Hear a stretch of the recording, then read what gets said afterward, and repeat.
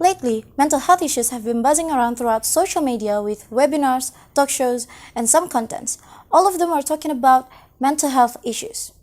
But only few of them could be understood by deaf people who has different form of community, which is sign language.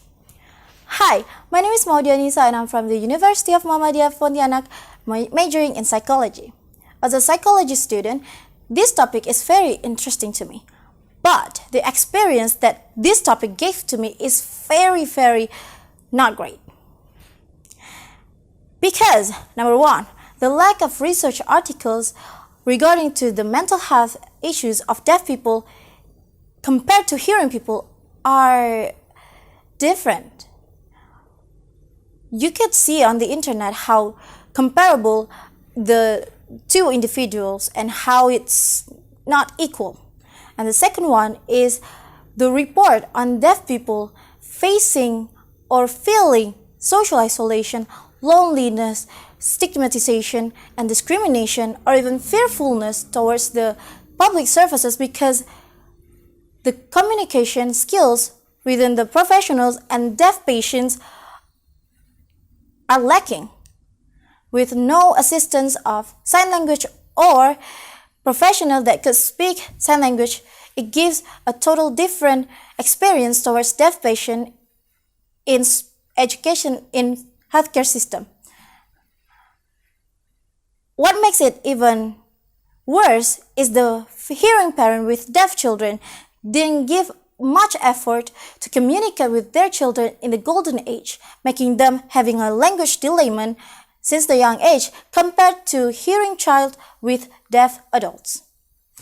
So, to fulfill the agenda of 2030 Sustainable Development Goals in categories of good health and well-being, I propose one program, which titled as the Psychoeducation Campaign Program to raise awareness towards the mental health of deaf people.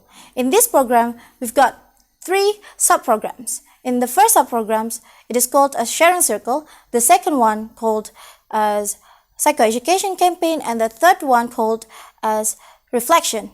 Now, I will break down to you each of the sub-program. The first one is sharing circle. So in this sharing circle consisted by building reports from the parties and then deaf communities. And then from that, the deaf people will have a self-disclosure as to the problems of deaf people faced on daily basis and then turn it into a data that could be presented in the next session. And then the second one is Psychoeducation Campaign, which in that, the data that we've collected in the previous session and then the data that we collected on studies, researches, and then the information regarding to the mental health and then how to cope, or if the mental health issues becoming more dangerous, how to deal with it will be presented in this campaign.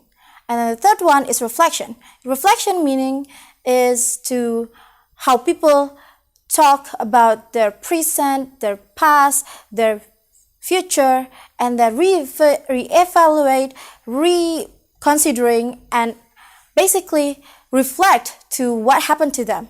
And in this session, there will be a psychologist or partnering parties with the help of sign language interpreter to help deaf people to communicate with what their feeling is and recommended the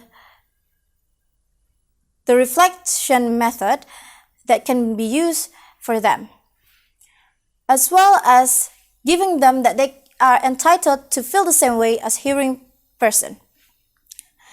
Now, even though only few of the people listen to what I said, I would take it as mission accomplished, because even if one person listen to it, even for a second, and aware of it, there's going to be a change in the future for the greater good.